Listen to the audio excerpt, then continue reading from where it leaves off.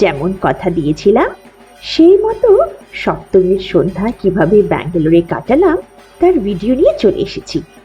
আমাদের আগের ব্লগটা দেখেছো তো সবাই?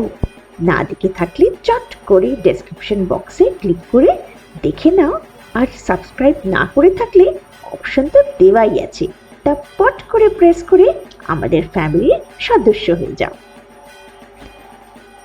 সপ্তমীর সন্ধ্যা নামার সাথে সাথে আমরা ব্যাঙ্গালোরের দক্ষিণ প্রান্তে অবস্থিত রাজরাজেশ্বরী নগরের সুভাষ ভবন গ্রাউন্ডের ঐকতান পূজা মণ্ডপে চলে এসেছিলাম। এন্ট্রেন্সের কাছেই চোখে পড়ল টুনি লাইট দিয়ে ডেকোরেশন। কলকাতার প্যান্ডেল পুজোর অনেকটা ছোঁয়া আছে এদের মণ্ডপ সজ্জায়। ব্যাঙ্গালোরে এর প্রতি বছর শারদ সম্মান আয়োজিত হয়, তাই ঢোকার মুখে চোখে পড়ল স্ক্যানার কোড পাবলিক ভোটিংয়ের জন্য। শালঙ্কারা দেবী মূর্তি চোখে লেগে থাকার মতো। পেছন দিকের চালচিত্রে দেখলাম মন্দিরের চূড়ার মতো কিছু আদল করা আছে, তার সাথে দেবী মূর্তি খুব সুন্দরভাবে লাগছিল দেখতে।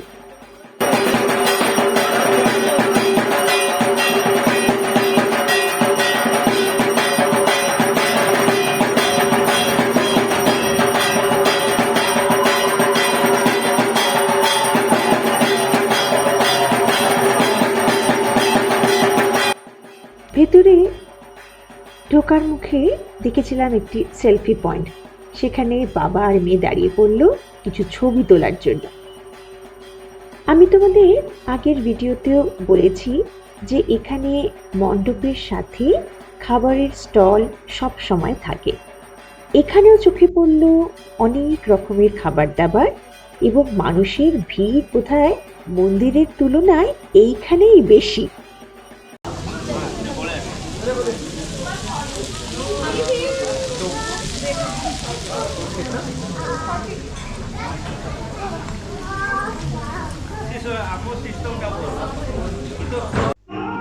প্যান্ডেলের সাথে লাগোয়া সুভাষ ভবন, এবং সেইখানে সাংস্কৃতিক অনুষ্ঠান কিছু চলছে।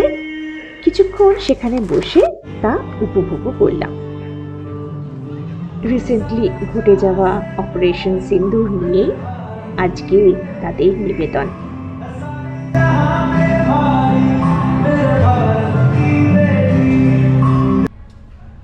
চায়ের জন্য মন আনচান করছিল সন্ধ্যা থেকেই। একটু ব্রেক নেওয়ার জন্য চলে এলাম সিসিডিতে একটু কফি খাওয়ার জন্য।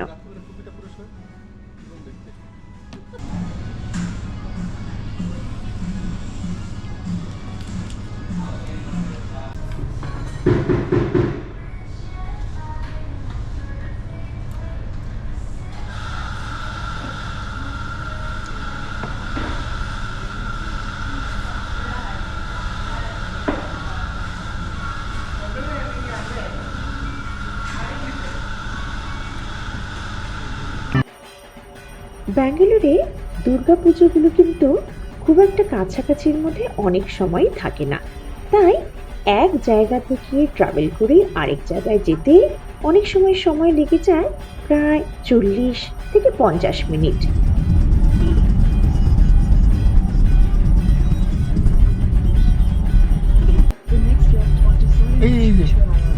এটা কি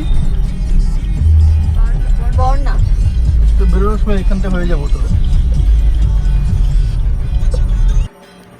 রাজরাজেশ্বরী নগর থেকে এবার আমাদের গন্তব্য বানেরঘাটা রোডের উপর আরেকটি পূজা মণ্ডপ উৎসবে।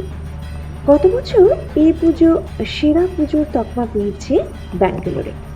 এদের পুজোটি হয় মুলকি সুন্দর রাম শেট্টি সভাঙ্গন, যেটি বিলাকাহাল্লিতে আছে, সেখানে।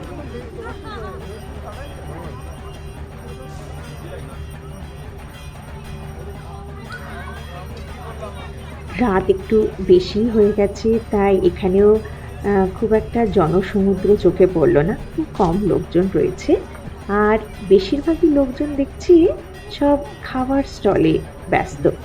পুজো মানেই তো বোধহয় পেট পুজো বেশি, তাই নয় কি?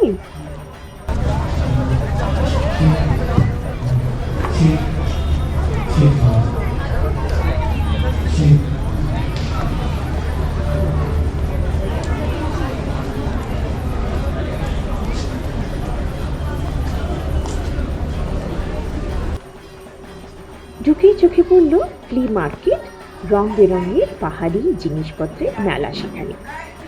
এদের এবারের থিম ছিল খড় ছবির কাব্য, তাই চারিদিকে খড় আর ছবি দিয়েই মন্দিরটি সাজানো হয়েছে। এবার আসি খাবার স্টলের দিকে। কি আছে সেটা দেখার জন্য এদিক ওদিক চাওয়া, আর তারপরেই চোখে পড়ল আমার কর্তা আর মেয়ের লুচি আর মাংস, এবং সেইটি আজকে রাত্রে তাদের ডিনার।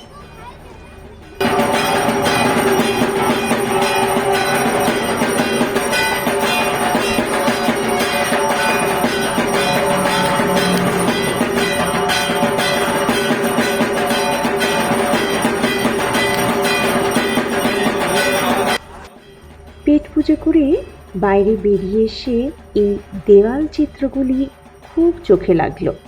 এত সুন্দর করে সেগুলো করা, লেন্সবন্দি সাথে সাথে করলাম তোমাদের জন্য।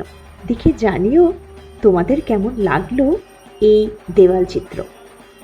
সাউথ ব্যাঙ্গালোরের আরেকটি উল্লেখযোগ্য পুজো হলো বর্ণা। জিএনএস প্যারি হল just next to A2B Arekere Bannerghatta main রোডে যেটি রয়েছে, সেখানে এদের পুজোটি হয়। বানেরঘাটা মেইন রোডের সাউথ ব্যাঙ্গালোরের রেসিডেন্টসরা এটি অর্গানাইজ করেন। গাড়ি পার্কিংয়ের সুব্যবস্থা এখানে আছে। দূর থেকে চোখে পড়ল হলটি কিন্তু খুব সুন্দর করে সাজানো। ছোট হল হলেও দর্শনার্থীর ভিড় প্রচুর। মাতৃমূর্তি অপূর্ব সুন্দর, সোনালি কাজের পটচিত্র, আর তার বেশ খুব চোখ কেড়ে নিচ্ছিল। রাত বেশ হয়েছে, ঘড়ির কাঁটা জানান দিচ্ছিল এখন প্রায় রাত 12টা। আলোক মেলায় আনন্দময়ীর দর্শন করে আমরা আনন্দে ভরপুর। আগামীকাল অষ্টমী, পুজো মধ্যগগনে এসে গেল। কাল কি করব, কোথায় কোথায় আর যাব, তা প্ল্যান করতে করতে বাড়ির পথে রওনা হলাম। আজ তাহলে এই অবধিই থাক। আগামীতে কি করলাম পরবর্তী ভিডিওতে জানাবো।